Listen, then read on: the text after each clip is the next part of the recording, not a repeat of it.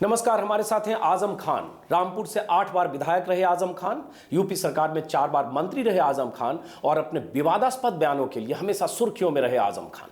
आजम खान अपने काम की वजह से कम चर्चा में रहे, लेकिन अपने बयानों की वजह से हमेशा चर्चा में रहे। इस चुनाव में जब सभी सियासी नेता, मंत्री, सांसद, विधायक चुनावी सरगर्मियों में व्यस्त हैं, प्रचार कर रहे हैं, आजम खान के प्रचार पर चुनाव आयोग ने न सिर्फ पाबंदी लगा दी है बल्कि उनके खिलाफ मामला भी दर्ज कर लिया गया। क्या है पूरा मामला और आजम खान क्या सोचते हैं चुनाव आयोग के बारे में, अपने बयानों के बारे में और यूपी में जो कुछ हो रहा है, जिस तरह की राजनीति हो रही है उसके बारे में, इसी बारे में चर्चा करेंगे आजम खान से। आजम साहब, मेरा पहला सवाल, चुनाव का मौसम है, आपकी कंस्टिट्यूएंसी रामपुर में जहां अभी हम हैं 17 तारीख को वोटिंग होनी है और आप एक तरह से चुनाव प्रचार से आपको वंचित कर दिया गया क्योंकि आपने कुछ ऐसा बयान दिया जिसे कहा जाता है बहुत भड़काऊ बयान है, और उसके बाद आपको अफसोस नहीं है कि वो बयान क्यों दिया? अगर वो बयान ना दिया होता तो आज आप प्रचार कर रहे होते। देखिए, दो सवाल इसमें हैं कि मेरे प्रचार न करने से क्या नुकसान, ये क्या फ़ायदा है, और मैंने कोई भड़काऊ बात कही है। मैं दूसरे सवाल का पहले जवाब दे दूं आपको। मैंने कोई भड़काऊ बात नहीं कही है।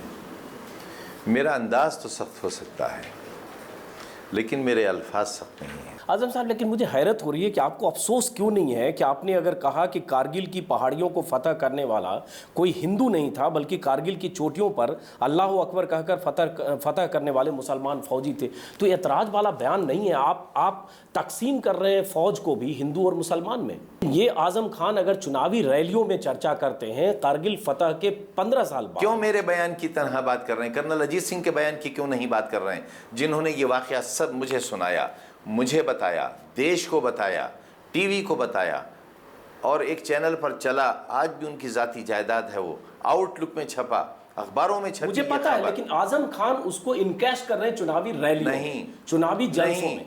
इतिहास बता रहे हैं, अपने दिल का दर्द बता रहे हैं, रो रहे हैं पूरे हिंदुस्तान के सामने और ये कह रहे हैं कि हमारी कुर्बानियों को महसूस करो, वतन हमारा भी है, आज़ादी में हिस्सा हमारा भी है, हमें गद्दार मत कहो। तो मैं फिर उसी मुद्दे पर आऊँगा आजम साहब, क्योंकि इस बयान को जब हमने भी आपके जुबान से सुना तो 10 बार उसको टेप को हमने प्ले किया कि कहीं हम गलत तो नहीं समझ रहे हैं, क्योंकि आमतौर पर क्या होता है, नेता बयान देने के बाद कहते हैं मेरे बयान को तोड़ मरोड़ दिया गया, इसलिए मैंने इस बयान को बार बार प्ले किया, समझने की कोशिश की, लेकिन मुझे समझ में नहीं आई बात कि मैं फिर दोहरा रहा हूँ, 15 साल बाद कारगिल में जो शहीद हुए थे उनको आप मुसलमान कहकर आप एक तरह से चुनावी फायदा उठाने की कोशिश। पहली बात तो ये कि मैं झूठ नहीं बोलता हूं। मेरे पूरे जीवन में आपको झूठ नहीं मिलेगा, दामन पर दाग नहीं मिलेगा, हराम, नाजायज, कमीशन, इसका दाग नहीं मिलेगा। मेरे और मेरे बच्चों के शरीर में खून की बूंद नहीं मिलेगी हराम की। इसलिए आपसे कह रहा हूं कि ये मैंने पहली बार नहीं कहा है, 1000 बार रैलियों में और सभाओं में कहा है। पकड़ा आप गया हूं 1000 बार। नहीं तो 1000 बार गुनाह किया, फिर ना, तो ये गुनाह नहीं किया, ये गुनाह 1000 बार गुनाह नहीं किया, अपने दर्द का इजहार किया। अगर मैंने ये कहा कि कारगिल की पहाड़ियों पर हमारे लहू की छींटें भी हैं, और लेकिन आप ये नहीं कह रहे हैं। और क्या कह रहे हैं? नहीं, आप ये कह रहे हैं कि कारगिल की चोटियों पर फतह करने वाला कोई हिंदू नहीं था, मुसलमान था। जब आप ये कह रहे हैं तब आपकी मंशा है कि आप ये बता रहे हैं कि जो फतह किया वो मुस्लिम था। नहीं जी, मेरी ये मंशा न थी ना है। यही तो दर्द है हमारा कि हम भी उतने ही हिस्सेदार और हकदार हैं जितना कोई और। फिर ये नारा, फिर ये नारा क्यों लगता है, जो आजम का सर लाएगा वही राम भक्त कहलाएगा। बच्चा बच्चा राम का, कुर्बानी के काम का। नहीं, मुझे लगता है कि ये नारा अगर चंद सरफिरे लोगों ने कहीं लगाया कि जो आजम खान का सर लाएगा, तब फिर आपको हाजी याकूब कुरैशी की भी मालूम करनी चाहिए, जो मेरठ में उन्होंने जो सर लाने की बात की थी। बिल्कुल निंदा करते हैं, सख्त मुखालिफ हैं, और आपको मालूम है हमारा उनसे कैसा विरोध है। आप जानते हैं चित्रा के विधानसभा के अंदर और विधानसभा के बाहर भी ऐसे लोगों से हमारी कैसी लड़ाई है। तो चंद सरफिरे लोग जो आप बयान बोल रहे हैं आजम खान, मैंने नहीं सुना है। 25 साल से पत्रकारिता में हूं, मैंने ये नहीं सुना है कि आजम खान का जो सर लाएगा। अगर ऐसे चंद सरफिरे लोग कहीं बोले होंगे जिनको कोई ऑफिशियल किसी पार्टी की लाइन, किसी सरकार की, किसी कैंपेन का हिस्सा नहीं है, सार्वजनिक सभाओं में, जुलूसों में, सड़कों पर छपे हैं, अखबारों में ये बयान, ये नारे छपे हैं, समाचार पत्रों में छपे हैं, टीवी के पर्दों पर आए हैं। नहीं, तो मैं कह रहा हूं कि अगर कोई उग्र और सोशल आज तो सबसे बड़ा सबूत सोशल वेबसाइट है। कितने लोग सोशल वेबसाइट पर क्या कहते हैं मुसलमानों के बारे में? नहीं, हम ऐसे हैं। सोशल वेबसाइट पर अगर ऐसे लोग हैं जो फैनेटिक एलिमेंट देखिए, उस फैनेटिक एलिमेंट को क्या आजम खान इस तरह से फौज को हिंदू मुस्लिम में बांट कर जवाब देंगे? नहीं, कहाँ, ऐसा कहाँ है? जरूरी थोड़ी है जो आप कह रहे हैं मैं वो मान लूं। बिल्कुल मत मानिए। आप क्यों मानेंगे? मत मानिए, जो हम कहेंगे वो मानिए। कैसा सवाल बंटवारे का? अलग बात के सिख रेजिमेंट है, अलग बात के मराठा रेजिमेंट है, अलग बात के फला फला नामों से रेजिमेंट है, लेकिन ये भी सच है कि फौजों में धर्म और मजहब नहीं होता। और इसीलिए लेकिन आपने कर दिया इसको। नहीं कर दिया। 527 लोग करगिल पर शहीद हुए। तो पहली बार आपके इस बयान के बाद लोगों ने लिस्ट देखा होगा। पहली बार लोगों को ये मालूम हुआ कि शहीद होने वालों में भी मुसलमान हैं, पहली बार। लेकिन ये आज पहली बार क्यों? ये क्या किसी बीजेपी के नेता ने, वीएचपी के नेता ने कहा कि मुस्लिम गद्दार हैं और करगिल में या फौज में मुस्लिम शहादत नहीं देते? क्यों आपको इसकी गवाही देनी पड़ी इस शक्ल में? कुत्ते के बच्चे तक कहा हमें तो। देश की दूसरी बड़ी आबादी को कुत्ते का बच्चा कहा। क्या हुआ गुजरात में? तो आपने भी उनको कुत्ते का बड़ा भाई कह दिया? बिल्कुल नहीं कहा, बिल्कुल नहीं कहा। आपका बयान है हमारे पास, बिल्कुल गलत बयान है, गलत लिखा गया है। देखिए, मैं फिर मिसाल देता हूँ आपको।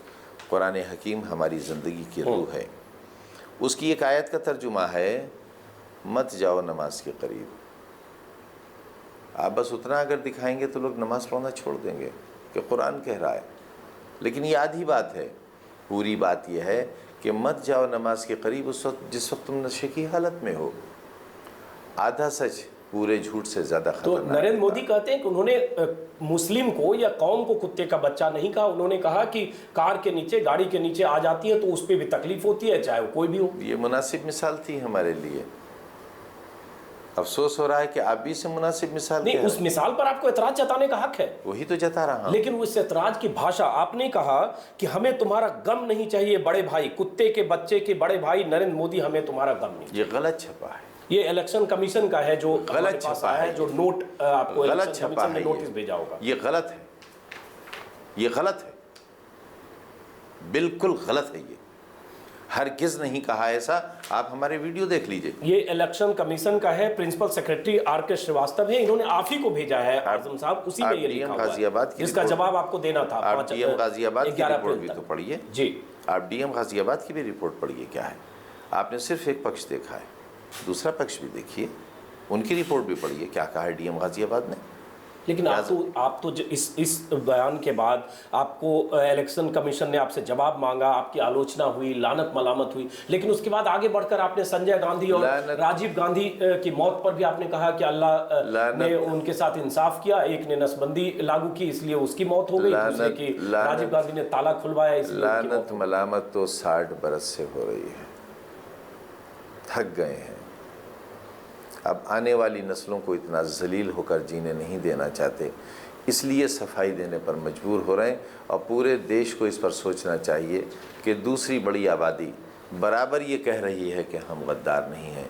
ये मुल्क की बहुत बड़ी बात। लेकिन कह कौन रहा है गद्दार है आजम साहब? हालांकि आपने सवाल का जवाब नहीं दिया। मैंने कहा कि आजम खान 8 बार विधायक रहे, 4 बार मंत्री रहे। आप लगभग 68-70 साल के हैं, इतना लंबा सियासी तजुर्बा है। आप राजीव गांधी और संजय गांधी के लिए अगर कहते हैं कि अल्लाह ने उनको उनके साथ इंसाफ कर दिया, एक को के एक्सीडेंटल डेथ हुई, दूसरे को एलटीटी हमले में मारे गए, ये कहना आपको लगता है वाजिब है? देखिए, मैंने एक बात ये कही है कि ज़मीन वालों, मैंने आपसे कहा ना कि आधी बात आप कहेंगे और आधी बात सुनेंगे तो आपको हो सकता है मुजरिम लगें। हमने ये कहा है कि ज़मीन वालों के साथ इंसाफ करो, और ज़मीन वालों अगर ज़मीन वालों के साथ इंसाफ नहीं करोगे तो फिर आसमान वाला इंसाफ करेगा, और जब आसमान वाला इंसाफ करेगा तो तुम उसकी ताब नहीं ला पाओगे। आसमान वाला इंसाफ करता नहीं, लेकिन संजय, मैं फिर कह रहा हूँ ये सवाल, मैं भी फिर कह रहा हूँ, संजय मैं भी फिर कह रहा हूँ कि जो एक्सीडेंटल डेथ होना, राजीव गांधी का और एलटीटी हमले में राजीव गांधी, मैं फिर यही बात कह रहा हूँ कि जब ज़मीन वाले ज़मीन वालों के साथ इंसाफ नहीं करेंगे तो आसमान वाला करेगा। मैं फिर कह रहा हूँ, मैं तो बराबर कह रहा हूँ। क्या गलत कह रहा हूँ? ये तो बहुत ही प्रोवोकेटिव बिल्कुल बयान है आजम साहब। इसमें क्यों प्रोवोकेटिव है? तो मतलब राजीव गांधी की हत्या हुई, वो आपको जस्टिफाई कर रहे हैं कि वो सही है? इतना बड़ा कोई गुनाह किया था उन्होंने, इसलिए अल्लाह ने मैं ये कब कह रहा हूँ? मैं तो सिर्फ एक जो निज़ाम कुदरत है वो बता रहा हूँ कि ज़मीन वालों के साथ जब इंसाफ नहीं करते हैं तब आसमान वाला करता है। और हम मजहबी लोगों का देश है, ये किसी धर्म के लोगों, और हम अपने मालिक में यकीन रखते हैं। लेकिन जब आप बोलते हैं किसी धर्म के लोग हैं आजम साहब, और जब आप तकरीर करते हैं, आपकी कुछ तकरीर भी हमने सुनी है, तब लगता है कि आप वहाँ बहुत ही उत्तेजक, भड़काऊ, फीलिंग को प्रोवोक करने वाला और अपने कौम में खुद को अपना रहनुमा बताने वाला भाषण देते हैं, जिससे आपको माने कि अगर असली रहनुमा नुमाइंदा हमारी कौम का है तो हमारे आजम खान है, तालियां बजती है। कहाँ छोड़ा किसी को रहनुमा आपने? बनने ही कब दिया? किसी की ज़बान काटी, किसी के हाथ काटे, किसी का सर काटा, कहाँ बनने दिया आपने? इस देश में मैं फिर कह रहा हूँ कि chief justice of India, president of India APJ Abdul Kalam, अभी वाइस प्रेसिडेंट हामिद अंसारी और तमाम ऐसे बड़े ऊंचे ओहदों पर हैं। बात देश के नेता की हो रही है। आप भी आजम खान हैं, आप मंत्री हैं, और अखिलेश यादव की सरकार हो या मुलायम सिंह सरकार हो, मुख्यमंत्री कोई भी हो, आजम खान जो नंबर 2 की हैसियत वाले हमेशा। आपने जिन लोगों की बात बताई वो बड़े बड़े पदों के लोग थे। मेरी मिसाल आपने दी, मैं चंद दिन के लिए वज़ीर रहता हूं और उसके बाद नहीं रहता हूं, तभी मुझसे मोहब्बत करने वालों का जुनून यही रहता है जो आज है। क्या करूं इसके लिए? आप 4.5 मुख्यमंत्री बताते हैं, इसलिए नहीं कि आप मेरा दर्जा बढ़ाते हैं, इसलिए आप ये कहते हैं ताकि मैं वहाँ से भी निकाल दिया जाऊँ। आप हमें माफ़ करें, आप भी हमारे साथ इंसाफ नहीं इसका करते। मतलब आप हर आदमी को शक की नज़र से आप भी हमारे साथ इंसाफ नहीं करते। आपने भी मुजफ्फरनगर के दंगों का सच इसलिए दिखाया कि आपने उनके ज़ख्म भरने ही नहीं दिए।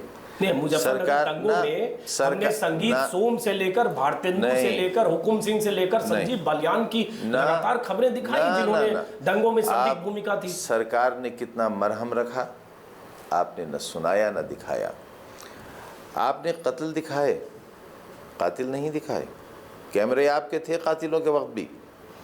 आपने जलते हुए घर दिखाए, जलाने वाले नहीं दिखाए। कैमरे में आजम साहब जो था वो सब दिखाया गया, सब कुछ था और सब कुछ आज भी है, आज भी है। आजम साहब मुझे लगता है ये नाइंसाफी है, ये नाइंसाफी है कि जितने आपकी सरकार की नाकामियों को, अगर आप अपनी नाकामियों से आप दंगे को नहीं रोक पाए और हमने आपकी नाकामियों को एक्सपोज किया, तो उसके लिए आप हमें जिम्मेदार नहीं ठहरा सकते। जब से हमने आपके तर्ज़े अमल पर उंगली उठाई है तब से आप थोड़े बाज आए हैं। नहीं, हम बाज नहीं आए। आपने गलत बयान दिया। मैं दिल्ली से चलकर आया हूँ, 200 किलोमीटर आपसे सवाल। मैं सिर्फ मुजफ्फरनगर की बात कर रहा हूँ कि मुजफ्फरनगर के ज़ख्मों पर से खुरंट उखाड़ने आपने तभी कम किए हैं जब हमने ये सवाल भी रखा है कि आपने जुल्म तो दिखाया, जालिम नहीं दिखाए। जितना हमारे कैमरे की जद में था, जितना हमने मैं तो कह रहा हूं कि जो बीजेपी के विधायक, जो बीजेपी के नेता जिनकी भूमिका संदिग्ध थी, उनको दिखाया गया लगातार। और आजम खान, अगर आज आपके चुनाव प्रचार पर पाबंदी लगी, जाहिर है आपने जो बयान दिया वो भी दिखाया। आपने कातिल नहीं दिखाए। अगर कातिल आपके कैमरों में हैं। आप दीजिए, हम दिखाएं। मैं कहाँ हूँ देने वाला? नहीं, कातिल हमारे कैमरे में कैसे है? अगर मैं कैमरा लेके जा सकता होता तो मैं खुद जाता। हमारे कैमरे में एक तस्वीर थी जिसमें कहीं कादिर राना दिख रहे थे, जिसमें साध्वी दिख रही थी, वो सब हमने दिखाया। हमारी तस्वीर में अलग अलग पार्टियों के नेता संदिग्ध भूमिका में प्रवोक करते हुए दिखे, हमने दिखाया। नहीं दिखाया। आपके कैमरे मौजूद थे उस वक्त भी जब कत्ल हो रहे थे। आपके कैमरे मौजूद थे जब आगे लगाई जा रही थी। आपने आगे लगती हुई दिखाई, आगे लगाने वाले। नहीं, ये मेरे ख्याल से गलत इल्जाम है। आज भी मैं कहता हूं कि अगर ये तस्वीर आजम साहब होगी तो जरूर दिखाई जाएगी। जब आपके कैमरे आगे दिखा रहे थे, मकान चलते हुए दिखा रहे थे, तो जलाने वाले क्यों नहीं दिखाए गए? नहीं, जलते हुए भी हमने बहुत कम दिखाया आजम साहब। उसकी कई बार मीडिया की भूमिका आजम साहब ये भी होती है। आपको सब दिखाना चाहिए। कई बार मीडिया की आपको जलाने वाले भी दिखाना आजम साहब, कई बार भूमिका ये भी होती है कि आप ऐसी चीजें न दिखाएं जिसका असर देश के बाकी हिस्सों में हो। इसलिए आप कई बार उस पर एक संजीदगी बरतते हैं। अच्छा, ये संजीदगी है। कई जगह होती है जलते हुए मकान दिखाएंगे आजम कत्ल साहब, होते आपको हुए पता है लोग कि कानपुर दिखाएंगे, में तनाव है? बलात्कार होने वाली लड़कियां दिखाएंगे, ना बलात्कारी दिखाएंगे, ना कातिल दिखाएंगे, ना घर जलाने वाले दिखाएंगे। घर जलाने वाले की कोई तस्वीर कैमरे में नहीं थी टिल डेट, टिल नाउ मुझे नहीं पता ऐसी कोई तस्वीर थी। होती तो जरूर दिखती। ये कैसा जर्नलिज्म होती तो जरूर दिखती। इतने बड़े बड़े आपके चैनल्स सब कुछ निकाल कर ले आते हैं, कैसे भयानक स्टिंग ऑपरेशंस होते हैं, दरोगा का स्टिंग हो रहा है, हमारा दिखाया जा रहा है, हमसे कोई मतलब नहीं। हम तो कहते हैं आज इलेक्ट्रॉनिक की दुनिया में ज़माना कितना आगे है, हमारे जितने भी फ़ोन हैं किसी और के फ़ोन हैं, हमारी आवाज़, हमारे नंबर, हमारी बात पकड़ी जा सकती है। कहाँ है सबूत? हमारे ऊपर 7 सुप्रीम कोर्ट के नोटिस, मामूली बात है? नहीं, अभी जो आपका बयान है आजम साहब, अभी तो चूंकि आपके प्रचार पर पाबंदी लग गई इसलिए कुछ ही बयान तक सीमित है, वरना 17 तारीख तक आप करते तो, और उसके बाद 24 तारीख को फिर सेकंड फेज है, थर्ड फेज है यूपी का, उसमें करते तो ऐसे 25 बयान और देते आप। मैंने क्या गलत कह दिया मेरे अजीज़, मेरे भाई? मैंने क्या गलत कह दिया? मैंने अपनी कुर्बानी, अपने लहू का जिक्र कर दिया, जुल्म कर दिया? अरे मेरा दर्द तो समझिए आप। नहीं, दर्द समझाने का ये मतलब AMU नहीं स्टूडेंट्स होता है। Need not to apply. नहीं, यहाँ कहाँ कोई कहा है AMU students need not to apply. अंग्रेजी के अखबारों में ये विज्ञापन निकलते हैं, किसी को नहीं दिखता। तो इन सब को प्रोटेस्ट करने का आजम साहब तरीका हो सकता है। अगर आपको कहीं लगता है कि नाइंसाफी होती है, प्रोटेस्ट करने का तरीका नहीं है।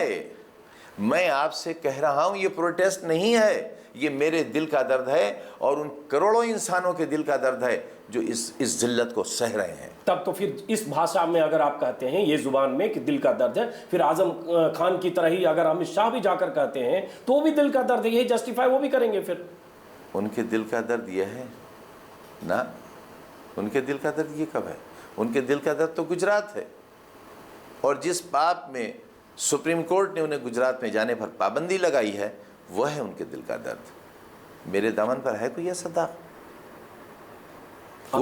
कोई देश में एक हिंदू भाई ऐसा ला सकते हैं जो ये कहे कि मेरे इंसाफ के कलम से उसके साथ नाइंसाफी हुई है? शक्ल नहीं दिखाऊंगा, एक ला दीजिए, दो नहीं। आजम साहब, आप इतने साल से सियासत में हैं, क्यों आप हर समय विवादास्पद बयानों के इसलिए कि हक कहता हूं, हेडलाइंस में आते हैं? इसलिए कि हक कहता हूं, सच कहता हूं। नहीं, सच कैसे कहा जाए और कहां कहा जाए और कब कहा जाए? उस सच कहने के पीछे मकसद क्या है? मकसद यह है कि फाशिस्टों के हाथ में मुल्क जाना नहीं चाहिए और ये देश को फैसला करना है, उसी का वक्त है ये। आपका सियासी वक्तव्य है, या आप दे सकते हैं? सियासी वक्त ये आप दे सकते हैं। नहीं, मैं कह रहा हूं, ये आपको देने का हक है, इस भाषा में आप बोल सकते हैं। तो और क्या दे रहा हूं? नहीं, वो आप तो मैंने फिर आपको बताया है कि आप संजय गांधी की एक्सीडेंट को सही ठहरा रहे हैं कि अल्लाह ने उनके साथ इंसाफ किया, राजीव गांधी के असैसिनेशन को कह रहे हैं अल्लाह ने इंसाफ कर दिया। निज़ाम कुदरत बता रहा हूं, आप निज़ाम कुदरत से टकरा रहे हैं। मैं तो आपसे भी कहता हूं कि आप एक मजहबी आदमी होने के बावजूद निज़ाम कुदरत से इनकार कर रहे हैं सिर्फ एक खबर बनाने के लिए। आजम साहब, क्यों ऐसा लगता है कि अगर अभी भी आजम खान के बारे में हम गूगल, जो सबसे बड़ा सर्च इंजन है दुनिया का, उस पर आजम खान अगर हम टाइप करके सर्च करें, चाहे हिंदी चाहे अंग्रेजी में, तो आपके 500-700 1000 बयान जो खुलते हैं और सैकड़ों पेज खुलते हैं, हर पेज में आप कंट्रोवर्शियल स्टेटमेंट की वजह से, तो आपको अफसोस नहीं होता? या आप इसी तरह की, या Azam Khan style of politics यही है? इन मुसलमानों को कहाँ ले जाकर फेंक दूं? आप उनके डेवलपमेंट के लिए काम करिए। और क्या करते हैं? आप उनके डेवलपमेंट के लिए काम करिए, उनको जहालत से निकालिए। जिस कॉन्स्टिट्यूंसी में हम रहते हैं यहाँ का डेवलपमेंट देखा है आपने? आपने हो सकता अपनी कॉन्स्टिट्यूंसी में किया होगा, मुझे सड़कें अच्छी देश में किया आ रहा था, सड़कें अच्छी दिखी। क्या मेरी कॉन्स्टिट्यूंसी हिंदुस्तान का हिस्सा नहीं है? बिल्कुल है। यही तो दर्द है मेरा। बिल्कुल है, मैं उसको एक्नॉलेज कर रहा हूँ, मैं इसको एक्नॉलेज कर रहा हूँ। मैं आजम खान एक सियासी शख्सियत जो समाजवादी पार्टी के बड़े नेता हैं, मैं उस हैसियत से बात कर रहा हूँ कि 2.25 साल, लगभग 2 साल से ज्यादा हो गए सरकार बने हुए आपकी यूपी में। सरकार में रहते हुए मुसलमानों के लिए जो काम चाहे मुलायम सिंह पहले सरकार में वो करने की बजाय इंसानों के लिए नहीं, मैं इंसानों की, क्योंकि आपका कंसर्न मुस्लिम को लेकर है, उनको लेकर भी है, क्योंकि उनके साथ बहुत नाइंसाफी हुई है। तो क्यों सच्चर कमेटी की रिपोर्ट कहती है कि आज के दिन मुसलमानों की आर्थिक, शैक्षिक और सामाजिक स्थिति दलितों से भी ज्यादा बदतर। मैं सहमत हूं इससे। सच्चर कमेटी रिपोर्ट मैंने भी पढ़ी, रिकमेंडेशन। मदद की? तो क्यों मुलायम सिंह यादव ने किया? यूपीए 2 के सामने शर्त रखी होती कि सच्चर कमेटी की सारी सिफारिशों को शब्दशः लागू करो एक टाइम फ्रेम के साथ, तो मैं समर्थन दूंगा। तो ये तो आप नहीं करते हैं। आप वहां समर्थन देते हैं, नूरा कुश्ती खेलते हैं, और यहां आप चुनावी मौसम में आप कहते हैं वो फौजी मुस्लिम थे, संजय गांधी मर गए सही थे, वो गुंडा है। हम 10 बरस केंद्र की सरकार सिर्फ फाशिस्टों को रोकने के लिए चलाते हैं। जब हम फाशिस्टों को रोकने के लिए केंद्र सरकार चलाते हैं तो कांग्रेस बहुत खुश होती है, और जब कांग्रेस के कुकर्मों को गिनाते हैं तो कांग्रेस ही हमसे ये कहती है समर्थन क्यों दिया था। ये कैसा इंसाफ है। लेकिन जब आप फाशिस्टों को तो ताकत से आने से नेताजी ने रोका है, आगे भी रोकेंगे। लेकिन सवाल ये उठता है कि नरेंद्र मोदी या बीजेपी के लोग कहते हैं कि गुजरात में 12 साल में कोई दंगा नहीं हुआ, और आपके सूबे में जहां आप बैठे हैं रामपुर यूपी में 125 से ज्यादा दंगे हुए, छिटपुट छोटी बड़ी घटनाओं। सुनेंगे आप ये सच? जरूर सुनो। कातिल को मसीहा कह दिया, जरा उसका दर्द तो सुनिए। जिन मुस्लिम मोहल्लों में कत्लेआम हुआ था, जो बच्चे तेजाब में गलाए गए थे, उन्हीं मोहल्लों से कातिल को वोट पड़ा। क्या करें, कहाँ जाएंगे? वो दहशत का वोट है, वो डर का वोट है, वो खौफ का वोट है, वो अपने आप को जिंदा रखने का वोट है, अपने आप को बचाने का वोट है। नहीं, लेकिन तो अगर आप ये जो कह रहे हैं आजम साहब सही है, तो आपके सूबे में क्यों इतने दंगे हुए? क्यों मुजफ्फरनगर, जिन मुसलमानों ने मुलायम सिंह को अपना माना, अपना रहनुमा माना, 250 सीटें मिली विधानसभा में, वो मुलायम सिंह मुसलमानों के भी हितैषी शुभचिंतक और दंगा रोकने में नाकाम रहे। मुसलमान ये अच्छी तरह जानता है कि मुलायम सिंह यादव से ज्यादा हितैषी उनका कोई नहीं है। अगर मुलायम सिंह यादव सेकुलर नहीं है तो पूरी दुनिया में कोई सेकुलर नहीं है। I still stand for this sentence. उस सेकुलरिज्म का क्या करें जिस सेकुलर सरकार में 125 दंगे हुए? नहीं हुए, बिल्कुल नहीं हुए, गलत रिपोर्ट है। इसके अलावा जहाँ तक मुजफ्फरनगर की बात है, मुजफ्फरनगर का सच ये है कि उन दंगों के पीछे सिवाय फाशिस्ट ताकतों की कोई ताकत नहीं थी। तो नाकामी मुलायम सिंह यादव, आजम खान, अखिलेश यादव, इन सब की थी। इन सबको इस्तीफा देना चाहिए कि लोकल जो फाशिस्ट ताकतें जो आपके हिसाब से थी वो वहाँ दंगा कर रही थी और हम रोकने में नाकाम हैं। यही तो फाशिस्ट चाहते हैं। तो आप रोकने में क्यों नाकाम होते हैं? अगर दंगा होता है तो आप रोकने में क्यों नाकाम होते हैं? देखिए, मैं बहुत दिन से एक बात कह रहा हूँ कि हमें एडमिनिस्ट्रेटिव सिस्टम के ऊपर गौर करना होगा। आपको याद होगा अभी 10-15 दिन एक रैली में नेताजी ने ये कहा कि अफसरान के नाकाम अमल से दंगा रोकने में हम नाकाम रहे। ये आप कहेंगे आजम खान कि कोई यकीन नहीं करेगा कि आप सत्ता के शीर्ष पर रहकर ये तो अफसर आपकी बात तो नहीं मानेगा। चुनाव के नतीजे बता देंगे। अफसर आपकी बात नहीं मानेगा। चुनाव के नतीजे मतलब दंगा और नाकामियों का ठीकरा आप अफसर पर फोड़कर और खुद मान रहे हैं कि आप लोग सब सही हैं। इसलिए फोड़ेंगे कि जितना वाकया हुआ वो चंद घंटों के अंदर हुआ है। लेकिन रैलियां जो अलग अलग दिन हुई, असेंबलिंग इतने लोगों की हुई, उसको रोका जा सकता था। रोकी गई नहीं, लेकिन हुई 2 दिन अलग अलग दिन हुई। जाहिर है रोकने के तरीके भी कानून के दायरे के अंदर होंगे। मोदी जी वाला तरीका नहीं होगा। उसके बाद रिहेबिलिटेशन में कमी रही और मुलायम सिंह ने कहा जो वहां बैठे हैं बीजेपी के एजेंट हैं। बिल्कुल नहीं रही, बिल्कुल कमी नहीं रही। नेताजी ने ये नहीं कहा बीजेपी के एजेंट हैं, उन्होंने कहा कि इसमें कुछ समाज विरोधी तत्व। तो आजम खान साहब, ये तो सच है कि मुसलमानों ने मुलायम सिंह यादव को रहनुमा माना। आज यूपी के मुसलमान भी मुलायम सिंह से ठगे महसूस कर रहे हैं क्योंकि उनकी हिफाजत नहीं हो सकी। और 2 साल में अगर कुछ डेवलपमेंट होना चाहिए था उनको जहालत, गरीबी, गुर्बत से निकालने के लिए, वो नहीं हुआ। चुनावी मौसम में फिर झुनझुना बजाकर, मोदी का डर दिखाकर वोट मांगने में सब लगे। बहुत काम हो रहा है, नतीजे भी आ रहे हैं, हम बहुत काम कर रहे हैं। लेकिन आप डरा ज्यादा रहे, काम कम कर रहे हैं। मुसलमानों को नरेंद्र मोदी का खौफ मुसलमानों के जहन में डाल रहे हैं कि मोदी खूनी है, दरिंदा है, खून से रंगे हाथ हैं। डरा कर आप वोट लेकर मुसलमानों को पोलराइज करने की कोशिश। मैं थोड़ी कह रहा हूँ, पूरी दुनिया कह रही है।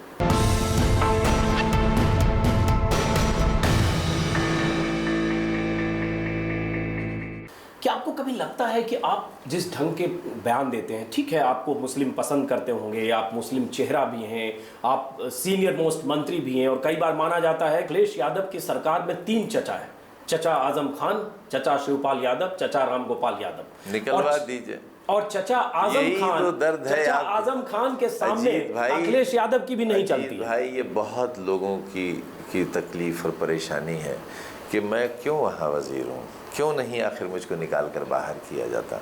कहते हैं चचा आजम खान के सामने अखिलेश यादव की भी नहीं चलती। आप कहते हैं नहीं, ऐसा परसेप्शन है कि चूंकि आप मुलायम सिंह जी के करीबी हैं। अपने अलावा देखिए, आप क्यों बच्चों को लड़ रहे हैं, क्यों ऐसी बात कर रहे हैं? हम तो हिस्सा हैं उस घर का, उस परिवार का, आप हमें उससे क्यों अलग कर रहे हैं?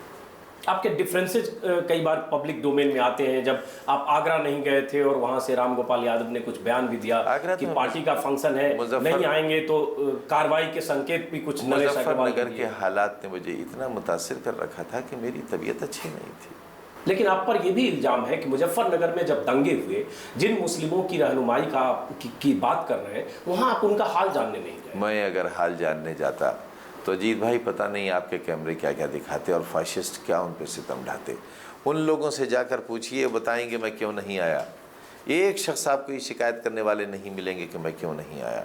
उन्हें मालूम है कि ना आने के बाद भी मुझे 7 नोटिस हैं सुप्रीम कोर्ट के, आने पर क्या सितम ढाया जाता उन पर आप भी जानते हैं, हम भी जानते हैं और वो भी जानते हैं।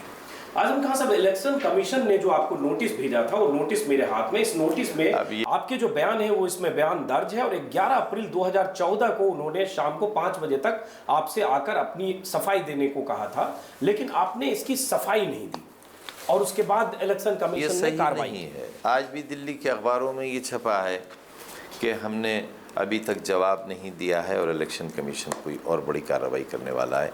जबकि आपकी जानकारी के लिए 11 अप्रैल को ये रिसीविंग हमारी आप देख लीजिए इलेक्शन कमीशन की, 5 बजे तक का हमें समय था, लगभग 2 बजे ये रिसीविंग करा दी गई, लेकिन हमारे खिलाफ 2 बजे से पहले कार्रवाई की जा चुकी थी। तो इसलिए आपने इलेक्शन कमीशन को कह दिया कि कांग्रेस की गुलाम है, कांग्रेस के एजेंट। नहीं, हमने ऐसा नहीं कहा।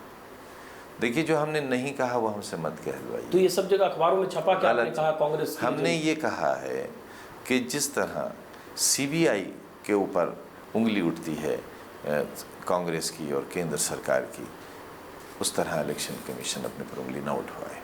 लेकिन एक कॉन्स्टिट्यूशनल बॉडी, एक संवैधानिक संस्था पर आपने जो कहा, आप पर भी कार्रवाई हुई, कुछ इलेक्शन कमीशन के सबूत या आपके बयान के हिस्से हैं। अमित शाह ने कहा, उन पर भी कार्रवाई हुई, उनके खिलाफ भी एफआईआर दर्ज करने की बात की, उनके भी प्रचार पर पाबंदी लगी। लेकिन अमित शाह की तरफ से बीजेपी इसी तरह का इल्जाम लगा रही है और आप कह रहे हैं कि सीबीआई की तरह काम न करे इलेक्शन। देखिए, कॉन्स्टिट्यूशनल संस्था तो सीबीआई भी है और इलेक्शन कमीशन भी है, संवैधानिक संस्थाएं हैं। जहाँ तक मेरा सवाल है, मेरा एक बात और भी कहना है आपसे, और वो ये कहना है कि इसी तरह का नोटिस जो मुझे दिया गया गाज़ियाबाद में, बिल्कुल उसी भाषा का एक एक शब्द वही इलेक्शन कमीशन ने अजीत सिंह साहब को भी दिया था। लेकिन क्योंकि भारत सरकार में मंत्री हैं, उनकी माफ़ी हो गई, वो दूध के धुले हो गए, मेरे खिलाफ एक्शन हो गया। तो बेनी जी के ने क्या क्या कुछ नहीं कहा, मगर वो भी भारत सरकार में मंत्री हैं। तो आपको अपने बयान पर कोई मलाल नहीं है, आपको गुस्सा इस बात पर है कि इलेक्शन कमीशन ने कार्रवाई क्यों की और आपको प्रचार से वंचित क्यों कर दिया? मुझे कोई गुस्सा नहीं है, मुझे अफसोस है, ये मेरे दिल का दर्द। लेकिन देश चाहता है कि आप अफसोस अपने बयान पर करें, जो आप नहीं करने को तैयार है। देश उस पर नाज करे कि मुसलमान अपने खून का एक एक कतरा देश की पहाड़ियों पर, देश की सरहदों पर बहाना चाहते हैं। देश इस पर नाज करे और ये आजम खान कह रहा है देश इस पर जरूर नाज करे, लेकिन देश ये नहीं चाहेगा कि आजम खान चुनावी रैलियों में जाकर उसको सभाओं में किस्से सुनाकर इनकैश करने की कोशिश करें, चुनावी रोटियां सेकने की कोशिश करें। क्यों? अभी तो देश का बादशाह तय होना है, 2 महीने बाद क्या करूंगा सुनाकर। तो इसलिए अभी चूंकि चुनावी मौसम है, इसलिए आप सुनाकर उससे चुनावी फायदा लेने के लिए कर रहे हैं। आप खुद कर रहे हैं। अजीत भाई, देश को फाशिज्म से बचाना चाहता हूं। कौन सरकार बनाएगा ये आने वाला वक्त जानेगा, लेकिन देश फाशिस्टों के हाथ में ना आ जाए, इस कोशिश में लगा हूं। क्या गलत कर रहा हूं? तो इस कोशिश में आप तकसीम कर रहे हैं, कहीं न कहीं एक खाई को गहरी और सेकुलरिज्म और फाशिज्म में तकसीम कर रहा हूं। हमने तो ये कहा कि हमारी कुर्बानी भी मानो, रेत पर हमारे लहू के दाग हैं, ये भी मानो।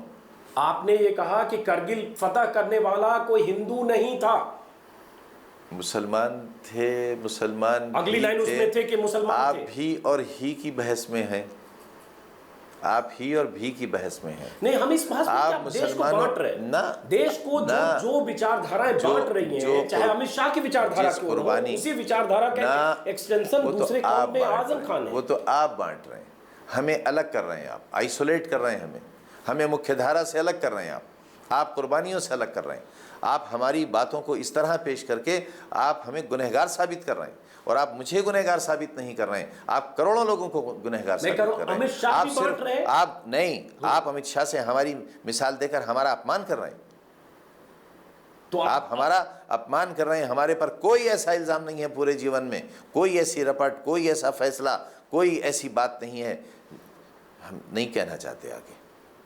आप हमें कमजोर कर रहे हैं, नहीं तो मुस्लिम आप हमें आइसोलेट कर रहे हैं, आप हमें मुख्यधारा से अलग कर रहे हैं, आजम साहब, आप हमें हिंदुस्तान की वतन परस्ती से काटना चाहते हैं। बिल्कुल नहीं, ये एक मुनज़्ज़म, बिल्कुल नहीं। मैं चार्ज लगाता हूं कि ये एक बहुत मुनज़्ज़म साजिश है हमारे खिलाफ। आजम साहब, हम और यही वजह है कि अंग्रेजी के अखबारों में इश्तिहार आता है, AMU students need not to apply.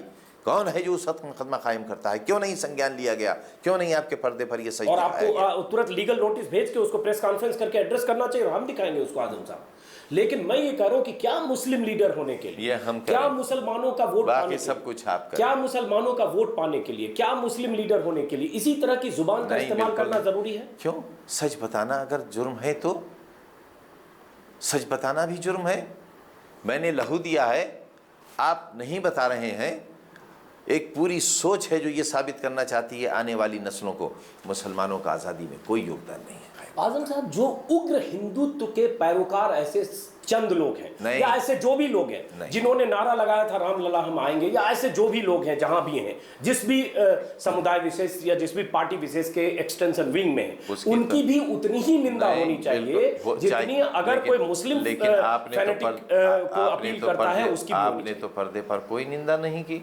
Advani ji जब रथ लेकर निकले तो आपने उस रथ के पीछे सारे कैमरे लगा दिए और पूरे मुल्क का क्या हश्र कर दिया आपने। ये गलत इल्जाम इसलिए है, अमित शाह ने अगर ये बोला, अमित शाह की बात नहीं कर रहा हूँ, अमित शाह की बात नहीं कर रहा हूँ, बात को टालिए मत। तो आप भी जिसको होता है बोल ही देते हैं, आप अमित शाह को गुंडा नंबर 1 बोल देते हैं, नरेंद्र मोदी को हत्यारा बोल देते हैं। आपके टारगेट पर जो होता है आप भी मैंने ये नहीं कहा, शब्दों को चैन में थोड़ी संजीदगी बरतते हैं। अजीत भाई, मैंने ये नहीं कहा। मैंने जो कहा वो सुनिए आप। मैंने कहा कि शहर के गुंडे को सिटी मजिस्ट्रेट शहर बदर करता है, ज़िले के गुंडे को ज़िला मजिस्ट्रेट शहर बदर करता है, लेकिन जिसे सुप्रीम कोर्ट ने देश की राज्य बदर किया हो उन्हें भारत रत्न दूं? नहीं, लेकिन रात को रात कह दिया मैंने, बस इसी पर बिगड़ गई दुनिया। लेकिन जब ये चुनावी मौसम में आप एक समुदाय विशेष में कहते हैं, नहीं, उससे लगता नहीं कि थोड़ी भावनाएं भड़कती? इमरान मसूद ने क्या गलत किया? आजम साहब, मैं सवाल पूछ रहा हूं अगला कि इमरान मसूद ने क्या गलत किया? हालांकि इमरान मसूद का वो बयान तब था जब आपकी पार्टी में थे 6 महीने पहले। अगर वो कहते हैं कि मोदी को बोटी बोटी काट देंगे, गुजरात में 4%, यहाँ 42%, तो गलत था सही था? मैं इस पर राय समर्थन किया। आजम साहब, आपको लगता नहीं कि जैसे आपके तबेले से भैंसें गायब हो गई, उन भैंसों को लेकर आप इतने चर्चा में रहे, और जिस ढंग से आप बहुत तंज के साथ कुछ बातें कहते हैं, जिसमें आपने कह दिया कि आपकी भैंसें क्वीन विक्टोरिया से ज़्यादा मशहूर हो गई, और आज फिर मैं कह रहा हूँ कि गूगल पर आजम खान जैसे ही सर्च करते हैं, हिंदी में लिखते हैं, तो आजम खान भैंसें भी साथ में आती हैं। तो इस तरह का बयान देकर लगता नहीं कि आप एक अपनी बात को जिस ढंग से कहते हैं उससे भी संदेश गलत जाता है कि एक मंत्री की भैंस गायब होती है, पुलिस उसकी तलाश करती है, पुलिस वाले सस्पेंड होते हैं, आजम खान कहते हैं मेरी भैंसें विक्टोरिया ज्यादा मशहूर। भाई, जीने भी दोगे? नहीं जीने दोगे। भैंसें हम 20 बरस से पालते हैं, उनसे हमारे बच्चों की परवरिश होती है। हमारी भैंसें हमारे लिए हमारी रोज़ी का ज़रिया है। उनका चोरी हो जाना हमारे बच्चों का गुजर बसर चोरी हो जाना है। नहीं मिलती तो आप ये कहते कि इतना कद्दावर नेता, उसकी भैंसें नहीं मिली। मुख्यमंत्री जी ने क्या कहा? नहीं कैसे मिलती, पूरी ताकत झोंक क्या दी कहा? आजम खान की भैंसों की तलाश में यूपी ने। नहीं, भैंस चोरी हुई थी, सिर्फ भैंस की तलाश हुई, भैंस हीरोइन हो गई, भैंस मलका विक्टोरिया हो गई, मैं क्या करूं? नहीं, भय इससे सिर्फ मेरी तलाश गलती नहीं क्या हुई। है? तलाश में देर हुई तो पुलिस वाले सस्पेंड भी हो गए। चोरों की तलाश में जिस सूबे में पुलिस वाले सस्पेंड ना हो, जिस सूबे में बलात्कार का रिकॉर्ड पिछले साल से इस साल में 48% बढ़ गया खुदा हो, के लिए मुझ पर रहम करिए। पूरे देश में मेरी इमेज को इतना ख़राब मत कीजिए। मैं आपसे कहना चाहता हूँ कि उसमें कोई दबाव नहीं दिया गया। अगर रामपुर का आप रेट ऑफ क्राइम देखेंगे तो पूरे उत्तर प्रदेश में सबसे कम रेट ऑफ क्राइम है रामपुर का। अगर आप ये देखेंगे कि कितनी जल्दी जुर्म पकड़ा जाता है तो रामपुर नंबर 1 पर है उसमें। रामपुर भी तो हिंदुस्तान का हिस्सा है। इसे हिंदुस्तान से अलग क्यों करना चाहते हैं आप? मेरी खूबियां क्यों नहीं बताते? सही है आजम साहब, लेकिन आप पूरे सूबे के मंत्री हैं और सूबे में जो सरकार है उसमें अहम ओहदे पर अच्छा हैं। तो मेरी भैंसें नहीं मिलती तो आपको खुशी होती? ये गम है आपको कि मेरी गुमी हुई भैंसें मिल गई?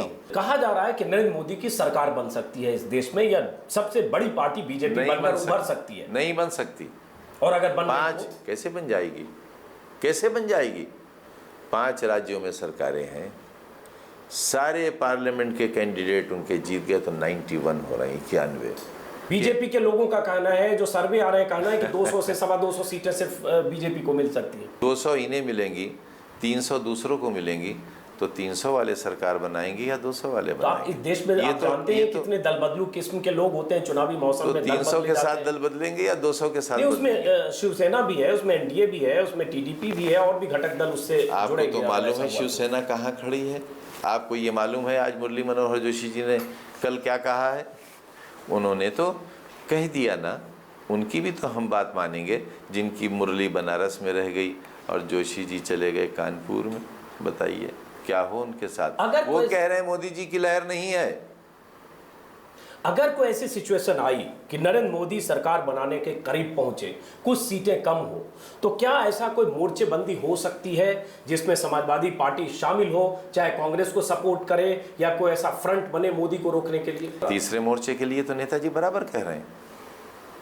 तीसरे मोर्चे की तो बात चली रही है और पूरा देश समझ रहा है। मुलायम सिंह यादव ने बयान दिया बलात्कार को लेकर कि लड़के तो लड़के हैं, उनसे गलती हो जाती है और इसमें फांसी की सजा नहीं होनी चाहिए और मेरी सरकार बनेगी तो हम इस सजा को खत्म करेंगे। क्या आजम खान इस मुलायम सिंह के इस बयान की तस्दीक करके उसको सही मानते हैं? हमें पहली बात तो इसकी तफसीलात नहीं मालूम है, नेताजी से इस बारे में बात नहीं हुई है और क्या कहा गया क्या दिखाया गया इस पर हम भरोसा नहीं कर पाएंगे।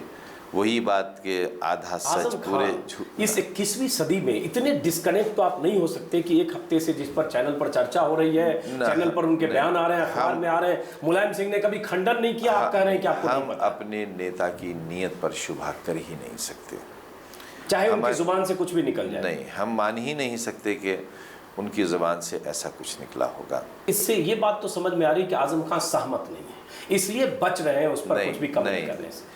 मैं नेताजी के रोए रोए से सहमत हूँ, लेकिन नेताजी के रोए रोए से प्यार करना और नेताजी की अंधभक्ति में उन्होंने कोई बहुत जघन्य अपराध जैसा बयान दिया, उस बयान को सही मानना या उस पर उसे इग्नोर करना। मेरे नेता का मेरे सामने इतने कड़े शब्दों में अपमान मत कीजिए ना। पूरे देश ने उनका बयान सुना आजम साहब और सब जगह ये इसकी निंदा हुई। अखिलेश यादव तक ने अपना बयान दिया जिसमें रफू किया उन्होंने कि उन्होंने कुछ गलत नहीं किया, फांसी नहीं होनी चाहिए। क्या आजम खान मानते हैं कि गैंग रेप के मामले में अगर कहीं ऐसी घटना हुई, गलती का के इसको माफ किया जा सकता है या सजा कम होनी चाहिए कि गलती थी, लड़के तो लड़के? नहीं, देखिए कानून जब तक कानून है उस कानून से इत्तेफाक ही किया जा सकता है, लेकिन कानून आसमानी किताब नहीं है। अब नेताजी ने किस कॉन्टेक्स्ट में कहा है ये मुझे नहीं मालूम है, मोहब्बत दीजिए।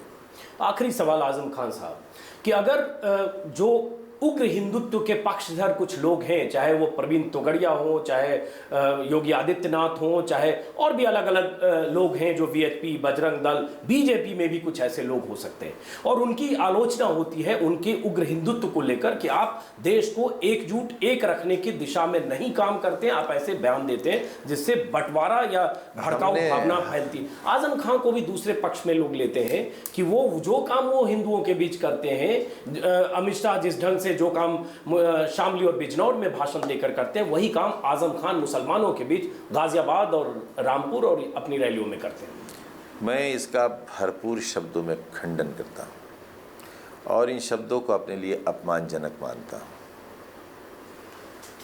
जो वो लोग करते हैं ना आपने कभी सुनाया ना आपने कभी दिखाया। अमित शाह ने अच्छा जो किया एक उनके अमित शाह की बात 40 बार सुना है। परवीन तोगड़िया जी की भाषा अगर आप सुना देंगे तो आपको लगता है सुनाने लायक है? कई बार वो भाषा ऐसी है कि आप नहीं सुना सकते। मेरी आपने पूरी बात नहीं सुनी। मैं यही कहने जा रहा था कि अगर आप सुना देंगे तो अनर्थ हो जाएगा। आप नहीं सुनाते हैं, ये देश के साथ आप उपकार करते हैं। चलिए आजम खान, हम ये भी कभी दिखाएंगे, चुनावी मौसम है, फिर कभी हम रामपुर आएंगे। लेकिन आजम साहब से बहुत बार सवाल हमने पूछा कि क्या कोई अफसोस है आपको उन बयानों के लिए जिन बयानों की निंदा हुई, लानत मलामत हुई, आलोचना हुई। लेकिन आजम साहब कहते हैं कि मुसलमानों के साथ जो नाइंसाफ़ी हुई वो हमारा दर्द है, उस दर्द को हमने अपने शब्दों में बयां किया है। यही बात है आजम खान साहब ने जो कही हमसे बातचीत में। शुक्रिया आजम खान साहब, हमें समय देने के लिए बहुत बहुत शुक्रिया।